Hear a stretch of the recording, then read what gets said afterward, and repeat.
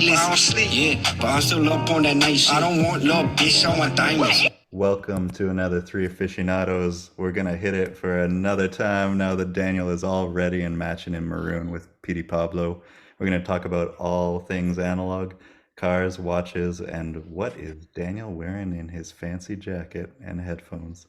Mr. Oh Maroon, yeah, I'm let's ready for talk this about all things podcast. analog with a little bit of car news and watch news updates.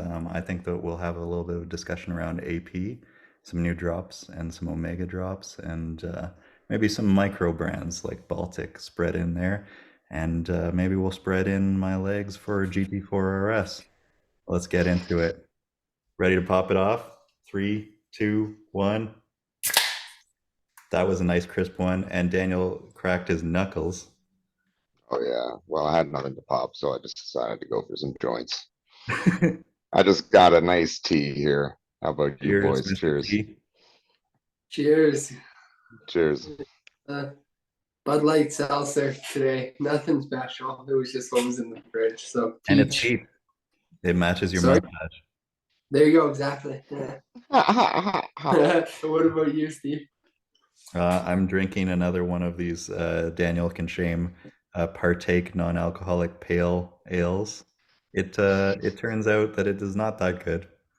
I don't know. It's not as good as usual, but yeah. No? Daniel, what kind of tea are you drinking tonight? I have a lovely chocolate chai with some honey and milk, Chocolate. lactose-free milk. Just to give a shout out to my hipsters out there. So that Daniel doesn't shit himself during the podcast. Mhm. No, just decided to cut back on that stuff, and now I'll cut back on talking. Well, what you shouldn't cut back on is what's on your wrist. What is on the wrist of that Oh, fine outfit you're wearing today? baby. I'm glad you asked. I've got my classic BMW chronograph on here. I picked that up back when I owned the E46 330 and managed to get the lucky draw where this was number 330 of the limited edition run. So I quite like it. And I don't just like it for that reason, but that's an extra nice little bonus to know that I got the limited number run for the matching the car that I had at that time. And just before that, I had the 39. So, which was based on a 540, as many of us know. And I think later we'll probably be talking about another E39 model that would be superior to the model that I had Not in almost every single way. And to go with this watch, I've got my BJ Scoot Trans Falcon horse racing jacket on. This is back from when my grandparents were involved in horses. So yeah, shout out to all the mafia out there and everyone enjoying horse races these days. I love it when my grandparents are involved in horses. And why are we so vague about what they're involved in horses? Well, they were in construction and they were also involved in horses. Inside. Peter, I'm not going any, to get involved in that. anywhere animal things that you've been up to and wearing? No, nothing involving horses or being inside any form of animals. But Peter has I the collection that you should use when you're getting in horses. exactly. Yeah, I got Yeah, a good totally. watch for it. Yeah. But He's got that tough I think wristwear. I probably wouldn't want to go in anything with this just for the fact that it's kind of a mesh band and I probably get lots of bodily pieces or bodily fluids stuck up in that bracelet, which would be quite undesirable. So I think this is not one that I probably won't involve in that. But for anyone not watching, it is a Seiko. I don't know exactly which Seiko, but it is a Seiko, I'm guessing an XKX 09 maybe, or an 07 or 05. One of the many. I actually don't know exactly which one it is right now, but it's on a mesh bracelet and it's got a date and a day function, and I don't know, it's not a GMT or anything. It's just a pretty, I don't know, badass standard Seiko, but it's enjoyable. I really, really like this bracelet. It's like way more comfy than the other kind of like Jubilee style bracelet that I have for my the SKX 009, and that's comfortable, but this is a lot more comfortable. Like there's just no pinching at all with this bracelet, which I love. Like I think it just looks kind of cool too, just a different Most kind of look. importantly, it's got the ice blue dial. It's the Platono. Yeah, no, that's the reason that really drew me to it, is the ice blue kind of dial look to it. So yeah, I like this watch overall. I mean, Seiko, it's really, what else is to say about it? It's a good watch and kind of fun.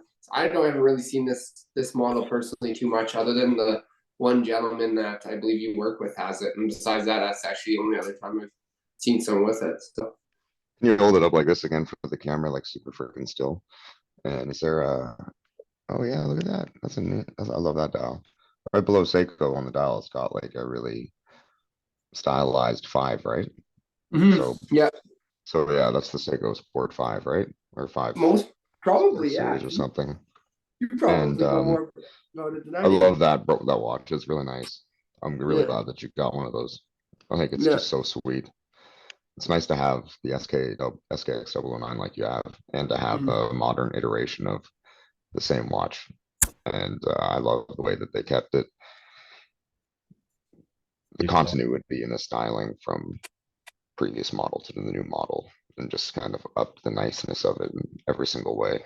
So, and yeah, I love the bracelet on it. It's definitely more PG-13 than triple X rated, but you know, it's not. I don't think it's What going to is involve any triple other X kind of rated? risk. Oh, you Yeah. know, I'm just not going to say it because this is a family show. This is definitely not a family show. Well, maybe I'm on a different tune tonight. Maybe I'm singing a different song. Daniel's Fuck your more song and reserved. fuck your babies. Double wristed here, motherfuckers. Oh no. I'm going full tool watch, both wrists. There you go. Left Yeah, that side, looks we're going sick. with a 5513, underloved and underappreciated watch in my collection, I'd say. But it caught my eye when I was at the safety deposit box, and I was like, why do I not wear this more? It really Yeah. does have a nice little bit of, I don't know, vibrancy that you just don't get in a modern watch. It's got the glossy dial with the applied numerals, so it was later at 79, but it lacks the date. It's still got that classic 5513, really nicely tapered lugs, not too blocky, really just classic looks. And Yeah. it's really nice. Looks I good. like it. It still feels like a bunch of change in my pocket when you rattle the bracelet around. Uh, it kind of jangles. It's a jangler. And the bezel is like, yeah, it doesn't move very nicely. It doesn't have a click. It just kind of smoothly rotates. And I'm not so sure it's supposed to be bi-directional, but it does do that. Like in the diving scenario, but I don't think I'll be diving with it. But it's got perfectly even patina. Everything's got the creamy looms. It's not super creamy, but it's got the cream, and it's even got it at the pip right here at the 12 club. So it's I don't know. Should I really let it go ever? It's pretty nice, and it's kind of unrepeatable. So, I mean, ideally, it would be an apply. It would not be applied. It would just be the blotches of loom, not the actual gold surround indicators. And ideally, it would be the matte dial. But this one is a cheaper entry level 5513, and it was pretty complete, and it doesn't have anything that bothers me about it other than maybe the bezel. But yeah, and I had to break this one out. We've all seen the FXD Tudor Lagos, but I had to show off the strap. When I realized I was wearing the 5513 all day, I realized that on this show I got to show you guys the strap. This is the strap that I just got in a couple weeks ago, the NDC. So these guys are out of UK, and they make out of the Marine Nationale kind of vintage parachute straps. This is apparently something that the original Marine Nationales would do with the original Tudor snowflakes, is they would take the parachute strap of the Marine soldiers or some shit, and they would just repurpose it into a NATO. And then, so this guy has had like a stockpile of these straps from back in the day, and it's more rare with this red stripe and more of the green brown, and I really love it. I think it's awesome, and it feels totally different. It's got this like elastic pull. It suits the the watch perfectly. I mean, the history of it and it just being suited to an FXD Marine Nationale just made it right for me. So no buyer remorse here, even though I paid a lot for it. So It looks really awesome, and that's the you'll first be thing I able to bought tell on me this. this. What's are the measurements the same between that and the other one? Could you put that on the Rolexes? Put that on the Rolex you're wearing? Think that it probably would. I mean, this is a very non-scientific way. Yeah, it's Looks not like it scientific. might align. Might be a little bit thick. I don't know. But I mean, the thing is, you got to take these off, and then I got to have it through a bar. I mean, honestly, I think this is the best suited for it, and I'd probably get another strap for this. Yeah. I have had the Bond NATO on it, but I didn't really love it. It wasn't very good quality. This is way better. This is so much Mm. more cool, and I think it's well suited to it. And listen to the difference in the bezel. Can you appreciate that? It's a very different Yeah, sounding bezel chunky. from anything. A Tudor 58 is different from this. A sub is different from this, or a GMT, but it just has an interesting feel. Yeah. Crispy. I But like that one. you like that one? Which one Yeah, would that you was a pick? good one. Tudor. Tudor I think so. or a subby? Which one would I like to own? Yeah. Or which one do I think sounded better there? Well, this doesn't even have a sound. This is just the sadness of jangles from the bracelet as I move it around. Yeah, totally. Well, there's this part of me that would like the Rolex because I don't have a Rolex, and then there's this other part of me that would like the Tudor because I don't have a Tudor. So and they're both amazing. So I'm glad you own both of them. I'm glad I don't have to be forced into making that decision. But there's something about that Pellet Ghost that I find very attractive. I think it's still the best Tudor they make, the most appealing for me. Mm, Yeah. yeah, yeah, it's very nice. Yeah. And so I think that we got to get into my most recent experience going to Vegas, which I was wearing a Pepsi too. I'm not wearing that right now. I've returned that back to its safe deposit box, but Safe place. safe place. But this was interesting. It came out right after I went to an AP boutique, and I wish that this was in the boutique in Vegas.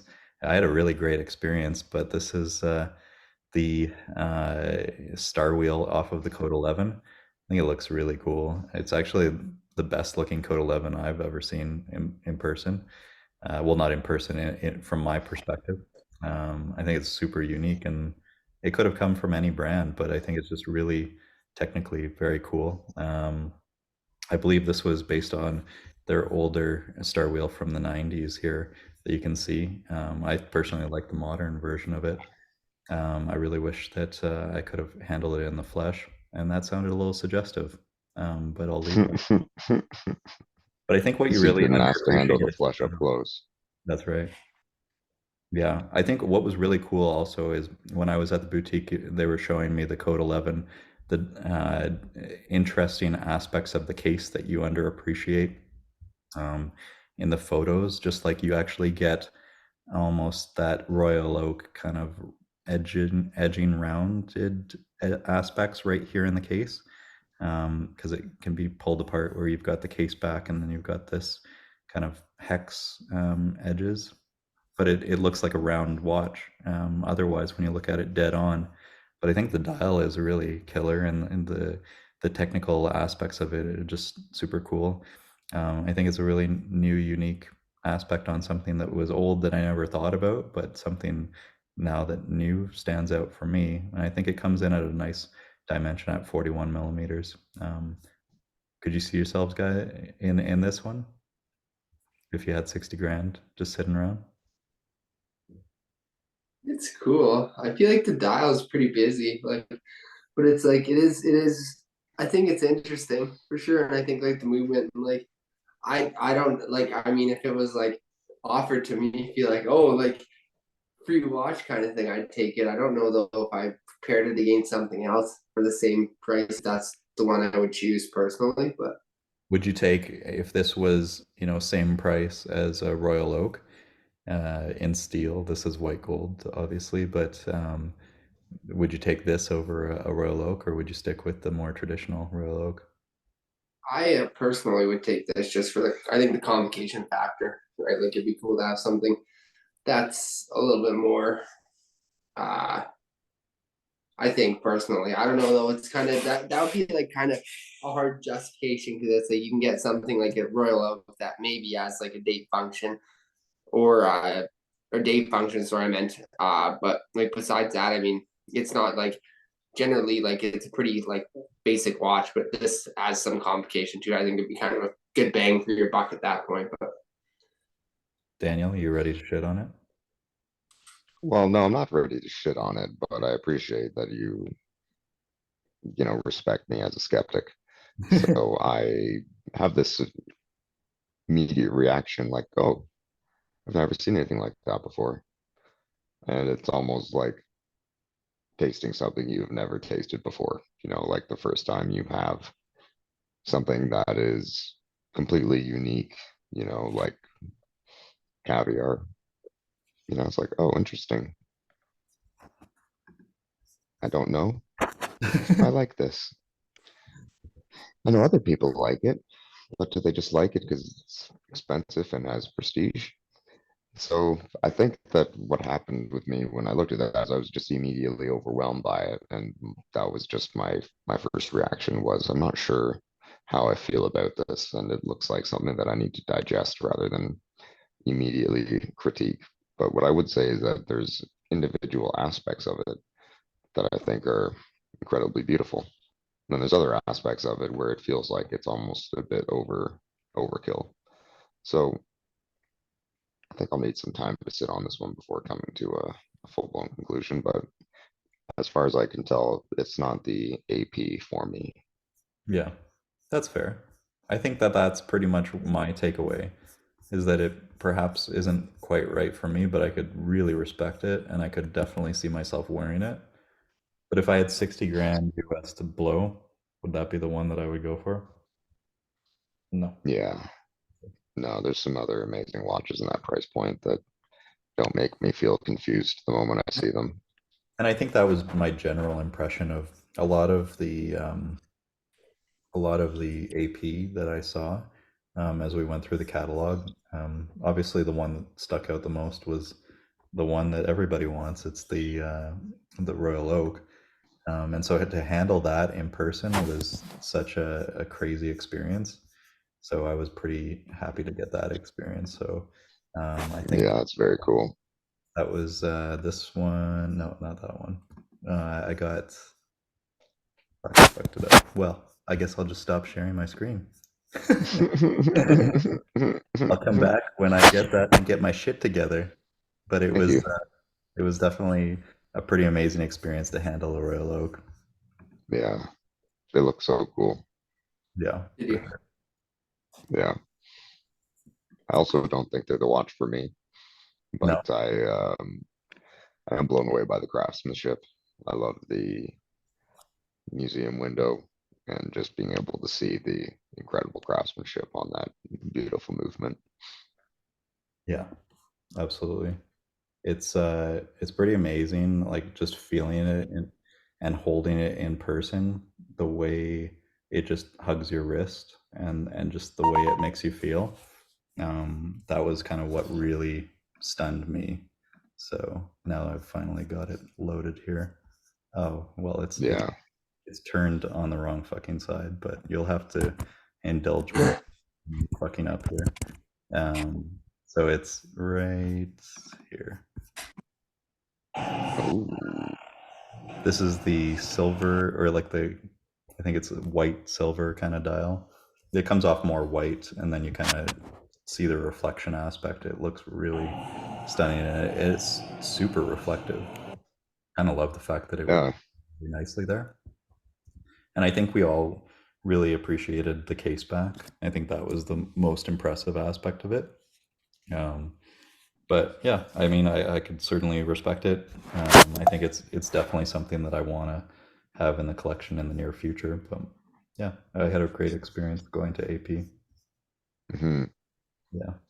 I felt I still have this issue now where in that price bracket, after going to the boutique with you and getting our hands on that Krator, I just felt so confused after that. Like it sets such a high standard for me in a price range that those compete in. And it's just like I don't know. It's I feel like for the AP, I'd almost be buying that watch for the movement just to be able to take it off and look at it through the back. The dial is not necessarily my favorite thing in the world, but I do agree that it is quite attractive. But you know, that Krator just crushed me. It's like, oh my God, people can do this with a watch. Yeah, I think one Yikes. Yeah, it was a is an immediate, just knocks you out with the AP, and then the Krator is like, but look closer, get out your loop and look. This was built by a person, and that's the most astounding thing. I mean, they're in different price brackets. Like a Royal Oak, we're looking at about, I think, roughly 40, whereas you know, Krator, I think that was 120 grand. So yeah, oh a little bit. no, it was like I think it was like 60 something. No, it was way more than that. I'm pretty sure, wasn't it? Maybe not. I don't know. Maybe not. Maybe it was like closer to maybe it was in the 70s. Here's one It that's in, wasn't over 100 grand. yeah. I know it was Here's one that's in much greater access, a more reasonable price. This is the Baltic Tricompax, which is obviously a nod to the old Daytonas, like the old kind of 6263s, and I think it looks absolutely amazing. At the price point, I'm still not Yeah. so sure. I think we no. looked at the older Baltic launch of the limited editions that had little splashes of color on the subdials, and I think they're pretty cool watches. I feel like I have a lot of watches that are accumulating in this price point, and it probably wouldn't get enough wrist time, but I strongly considered this. Would you guys I think consider? you just have a lot of watches accumulating, period. Yeah, probably. I have a lot of watches accumulating at this price point. Would be a true statement, but would be a more true statement would be I have too many watches, period. Yes, I do But, need you some know, magazines. I see the attraction to this one. I think it's really nice.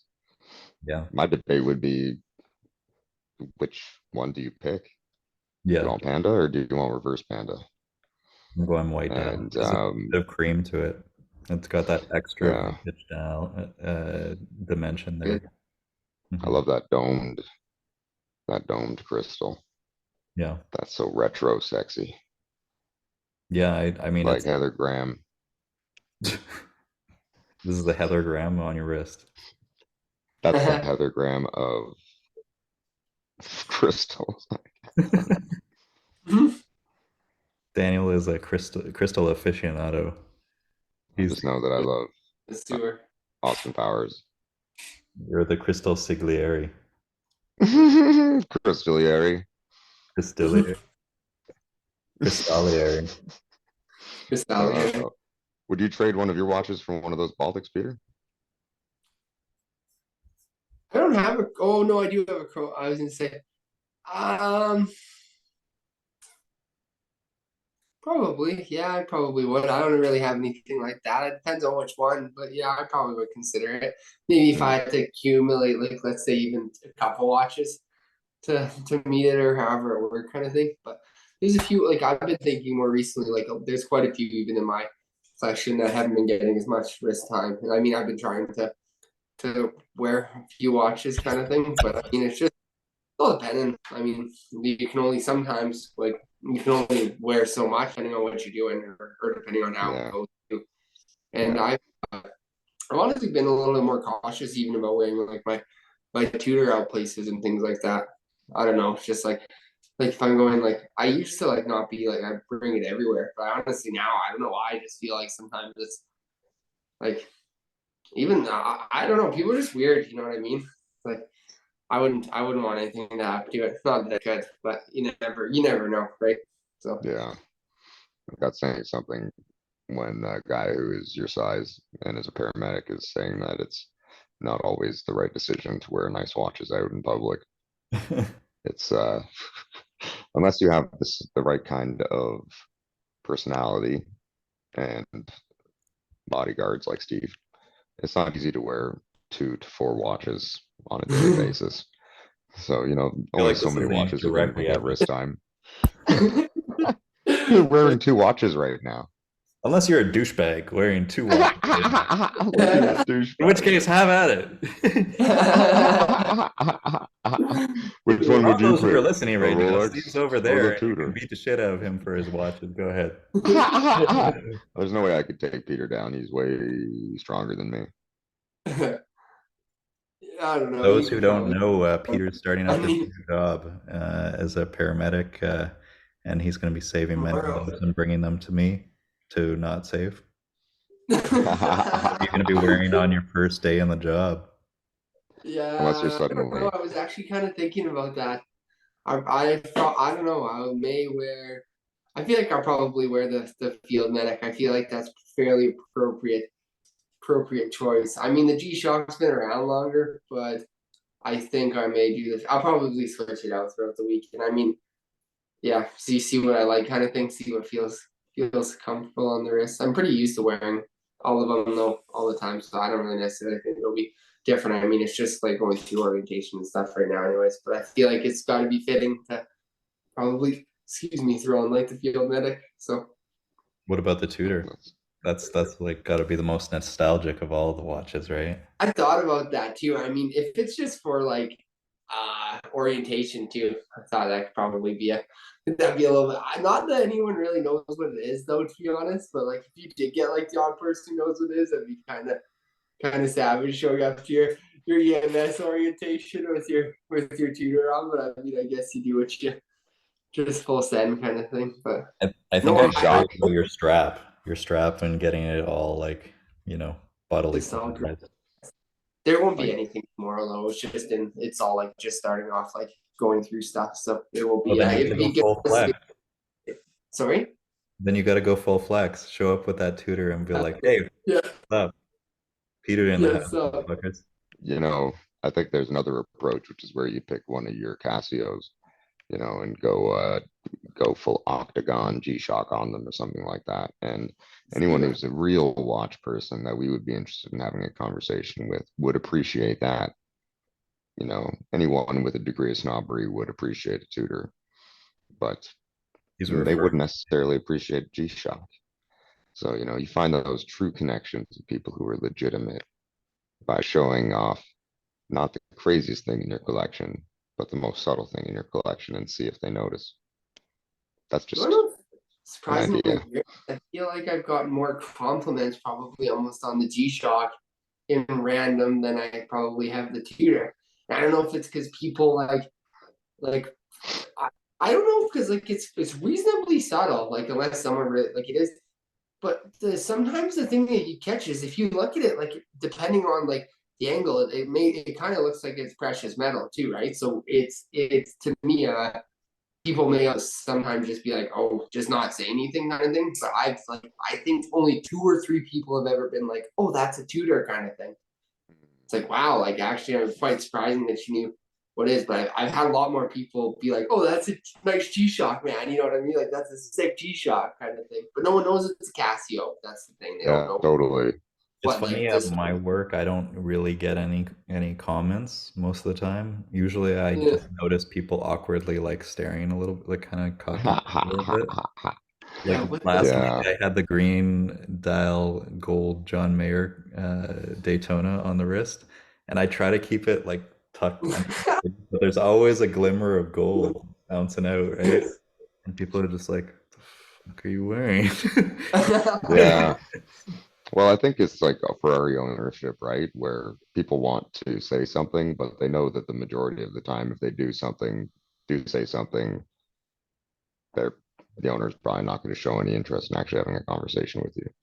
If you're like, oh, bro, I really love your green dial Daytona, someone's gonna be like, thanks, period. And like, that's the end of the conversation. It's definitely not me. But, I'm like, forget about you Casio. are Let's talk one of about those that. few Yeah, exceptions, Steve's like, wait, you know what this is? Yeah. Totally. You're the guy who owns the nice ones, but also is into them, Yeah, for sure. appreciates them for what they are. So 100%. respect to you. Screw Respect. all those haters. Here's Motherfuckers. the one last piece of news I think we got to get into for watches. It's the Bond 300-meter Seamaster with the 60th anniversary. So it's kind of pulling on multiple aspects of its heritage, building upon the most recent Bond watch that was in titanium. This one is still 42 millimeters, but we've got it harkening back to kind of the old Pierce Brosnan wavy dial, and kind of the bezel. I think that you really would appreciate more so with, especially in blue, referencing that. But it's still in the same movement that we got with the titanium newer Bond watch, and you get the case back, which is interesting, with which kind of references the opening sequence when Bond goes and pulls the gun out in the gun barrel. I'm not so sure I love that aspect, and it's like a hologram, I think, where he like shifts from like walking to pulling this gun. And it's on the mesh bracelet, which I like the most of all the things. And this, unlike the titanium, is in steel. So it's a little bit more of an entry point. It's a little bit cheaper, not that much cheaper at 10,300. For a steel watch, that's quite a bit from my perspective, but I think it's a pretty cool watch. Do I see it at a 10,000 price point that compelling? From my perspective, probably not. I really wish this was like, if it was like 7 grand, I'd be like all in. But at this point, I personally actually prefer the titanium Bond traditional watch.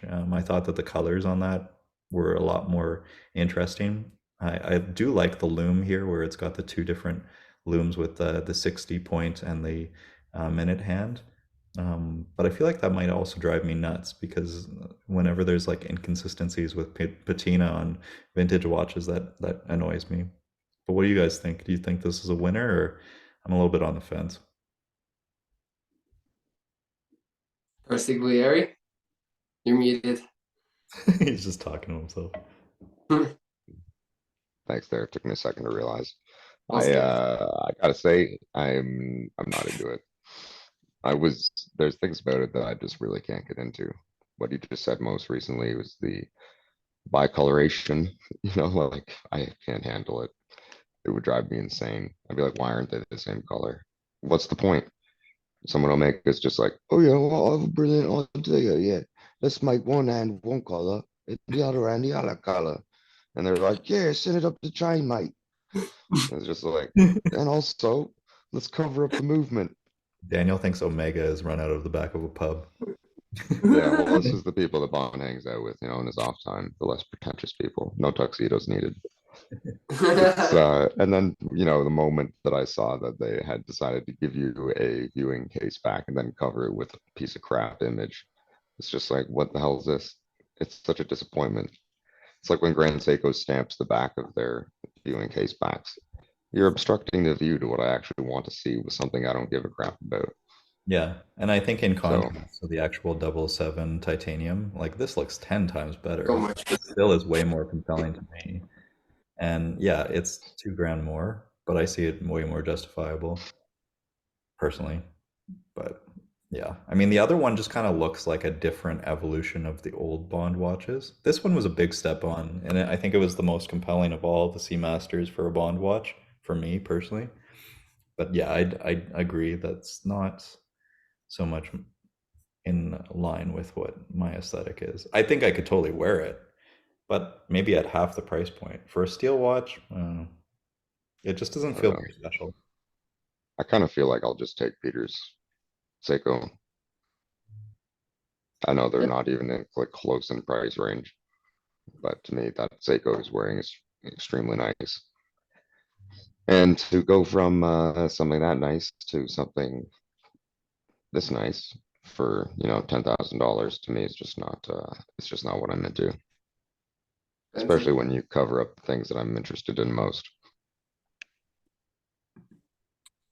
Which aspects? You mean the movement? Look at that. What are you looking at? Yeah. Oh, look at this cool little poster we printed on the back of your $10,000 watch. It would have What been the way fuck? more compelling if it was just maybe the barrel, perhaps, but Yeah. it's a little bit too cartoony for me. I agree. It's not something that I feel will be very timeless. I don't think it's going to age No, well. Whereas this, you've got the military engravings that make it look like it's real and it's like purpose built. It's got a little 007 nod, but it's it's subtle. way more subtle though. And it's Way got Oh more yeah. a subtle. military signal. So, I mean, this Yeah. still makes me think, huh? So is everybody going to go the route of wanting the anniversary and then the Bond watch that I really want kind of sits and languishes and then I can get a deal on it? Unfortunately, not in this state of the market. I think those days of where watches will sit under the case they've come and gone, right? But to me, I think that this still stands out as the one that I'd prefer heavily. If I And were you, I would just say no to all of these and just decide to wear your Speedmaster. That would be my decision with Omega at the moment. I You mean, know, the movement is really cool. I think if they just had an open case back, the movement itself speaks for itself. absolutely. I would agree with you, but that's not the case. Mhm. Back to you. Yeah. It's back. But I prefer these two kind of diamond Hmm. watches, like I you think know, every time. and then nice and established. Yeah. Yeah, absolutely. Mhm. So, any last words on this, Peter? No, I think you guys basically nailed it. I'm in agreement with you guys. I think the previous Bond watch was a little bit better. It nailed it a little bit more on the head and just was a little bit more subtle. I thought at first like the case back on the new one like kind of cool, but then when you zoomed in on it, I didn't realize the outside had like more and stuff. I think if it was just the barrel, it may look a little bit less kind of in your face, but either way, it honestly just didn't do it for me. Like I feel like if you look like at previous versions, there's one that looks extremely similar, so I just doesn't like it just didn't jump out at me at being like, oh, that's super cool. Like the one last year actually got me quite excited. Like, and I feel like got all of us fairly excited. We had, I feel like, numerous conversations about it, but the fact Yeah, that we just talked about this kind of shit on it and then moving on just makes it. I think that's a good yeah, summary totally. about it. Yeah, uh, I agree with you, and I kind of feel like let's head for a nice walk through the mountains from Switzerland to Italy and Damn right. have a discussion Let's drop into Italy. about the beauty from Italy. Here's the beauty. Huracan Storado. I had the deposit on it. I don't know how much of a beauty it is to me. I think it's cool. It's interesting. This is again probably like the Code 11. Respect it. Could see somebody really loving it. Could see myself enjoying it for a short period of time. Don't know if it's like the be all and end all for me. I think like Peter, I'm more of an STO kind of guy. Although I think Peter could pull off the aesthetic of the STO much better. But Strato, I don't know. I'm still not fully compelled, and I think that this is pretty much in line with what I was expecting. Although I was hoping that there would be a bit more to it. This being the final send off of the Huracan naturally aspirated V10, the power has not changed. Apparently it got a slightly different tune. It was raised up. It got the little light bar in the front. It got the roof racks. It got the little kind of bulges off of the wheel flares, and it looks really interesting and mean. But at the same time, I just don't feel like it's quite aligned with me, and doesn't feel as special as I had hoped. I think if you wanted a supercar to drive all year round and you had one car to have, this would be kind of interesting as well as the 911 Dakar. I think they're both interesting as adventure kind of cars, but I don't know. I think that the only one in our pack here who's going to go gaga over this is Daniel, so I've just pre-shitted on it so that Daniel can go ahead and say he disagrees with me. Daniel, over to you. I do disagree with you. Thank you, Stephen. I I think it's just the coolest idea to make a Lamborghini rally car, which is how I look at it. Plus, roof scoop. What else do I need to say? Roof scoop. Look at that. You know, maybe what you can do is just adjust the suspension a bit, drop it a little bit. Well, why not? They've raised it. Why not drop? Why not drop a little bit if you want to? And for me, I would just take it as is. Now, the debate for me would be, would I prefer this or the Porsche Dakar? I think that's an incredibly difficult question to ask. You know, I think I'd probably want this for the engine. You know, Yeah, I've always wanted them to make cars like this. I grew up driving down gravel roads, different places. Think to myself, like how wicked it would be to have a Ferrari to drive on this road, you know. But it's like, well, what Ferrari is there to drive on this road? There isn't one. So, you know, Lamborghini and Porsche are like, you know what? Let's make something awesome for those people going down a long gravel road to a cottage or something like that. I'm pretty sure these are not going to hit the gravel road in reality. There are going to be a Well, very I small hope there's minority of people who would do it. I hope wish people that who do buy them are like you and are willing to explore instead of just being investors. that's the thing is if I were to get this, that's what I would want to do with it. And I don't think that I'm that guy who would do that because I primarily would go to the track. Um, I don't really have a forum to really do this from my perspective, other than the roads are shit here. So I Yeah, totally nod they're still better than here. my hat off and give all my respect to anybody who's going to give this the full experience that it deserves. I totally respect it. It's just maybe not aligned with exactly how I would want to use it. And Mm, it's just like watches and cars. If you're not going to do it justice, if you're not going to drive it the way it was meant to be built, to be driven, then just don't touch it. Um, yeah, totally. I'm a driver, right?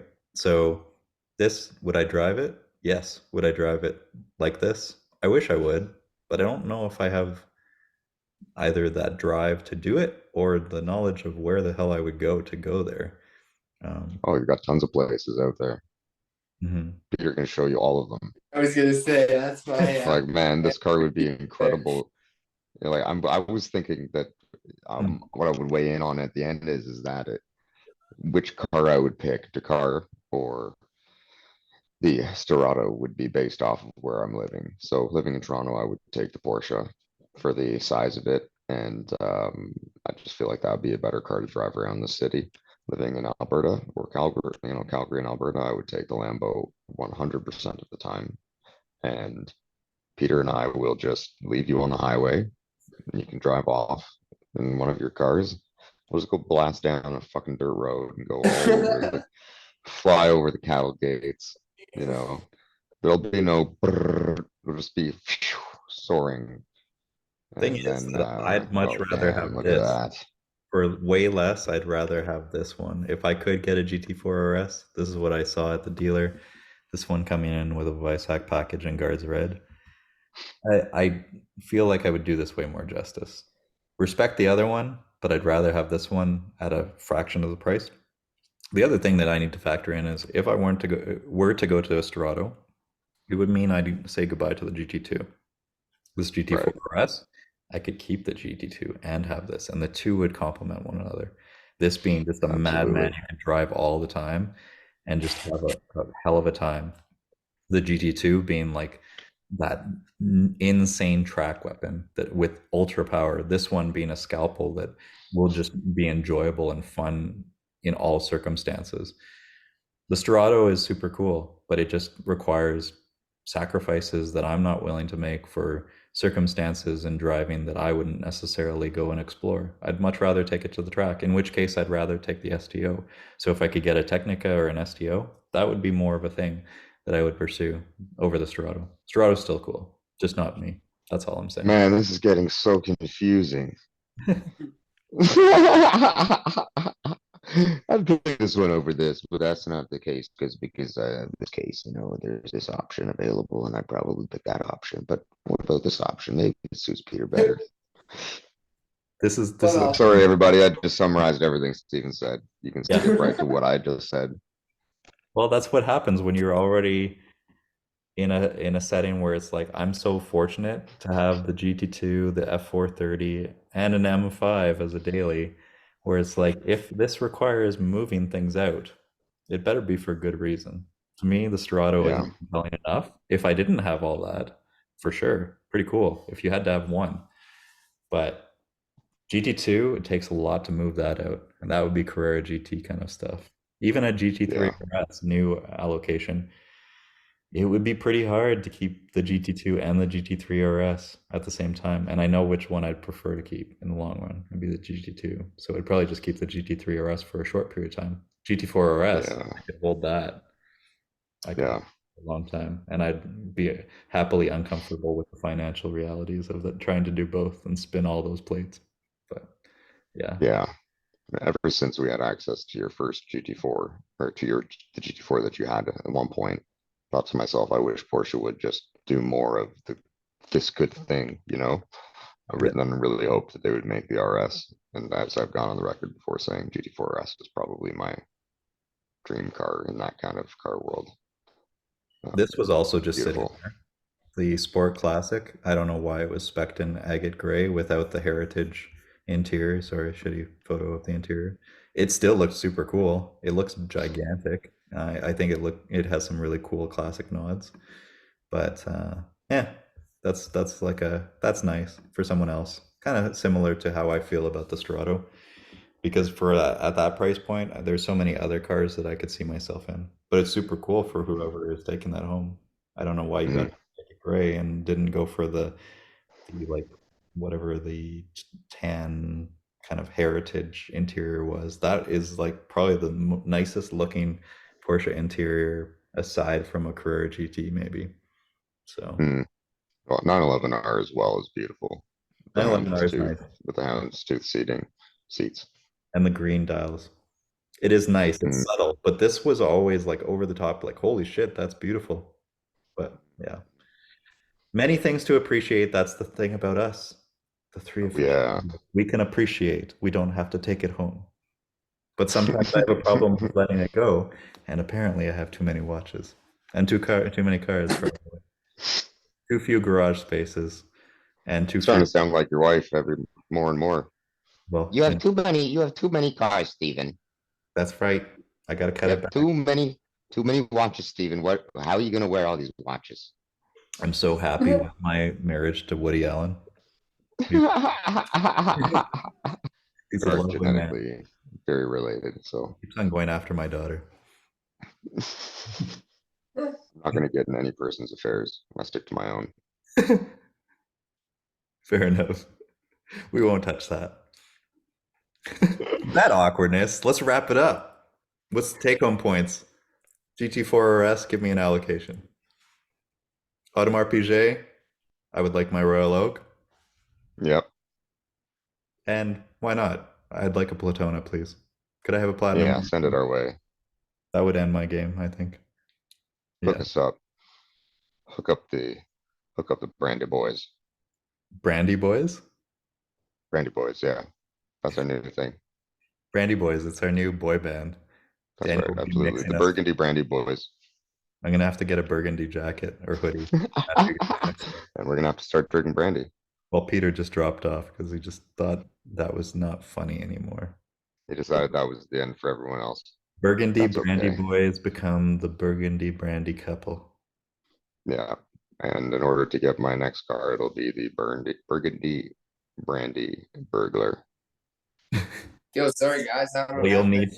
need to come back and enjoy the M5, which we didn't Hell yeah. fully explore. But that M5, I turn it 3 buttons in the winter. Heated seats, Yeah. sport mode, Yeah. control off.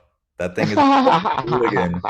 I slide Oh, yeah. everywhere. It is so controllable. I am sideways drift around machine. every corner. It's amazing. I'm enjoying the Totally. shit out of that car. That car is like the best winter car I've ever had. So impractical, so unsafe, but it's so Yeah. playful on the limit. It's crazy. I shot myself worrying about it for the winter driving after you told me about your Dynan 5, which is Yeah. turbocharged and had tons of torque No. probably, and you couldn't control No. it in the winter. Whereas this is a linear build, and so it's so controllable.